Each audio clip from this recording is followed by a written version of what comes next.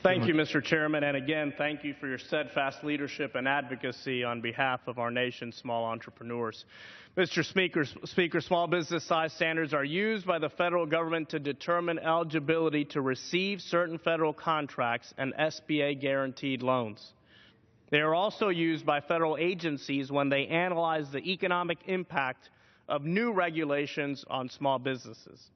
Size standards for most industries are developed through a congressionally mandated rulemaking process that is transparent and allows small businesses to provide input.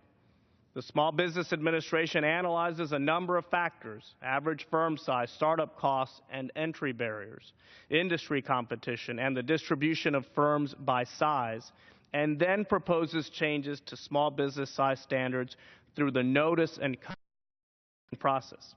However, there is one glaring exception. The existing size standard for agricultural enterprises is established in statute and has not been updated in over 15 years. The current standard for small farmers is $750,000 in annual receipts. It applies to 46 different agricultural subsectors, from citrus groves to beef cattle ranching.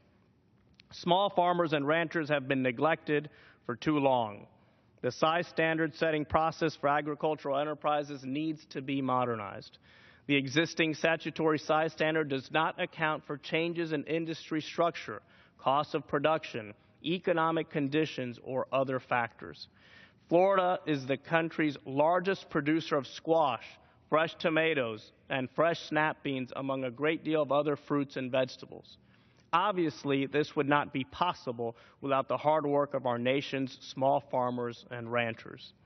I am proud to join Ranking Member Meng in co-sponsoring the Small Agriculture Producer Size Standards Improvements Act, which was introduced by Representative Bost. H.R. 3714 would strike the $750,000 statutory size standard and require the SBA to establish size standards for agricultural enterprises through the notice and comment rulemaking process. It would also require those size standards to be periodically reviewed at least every 5 years.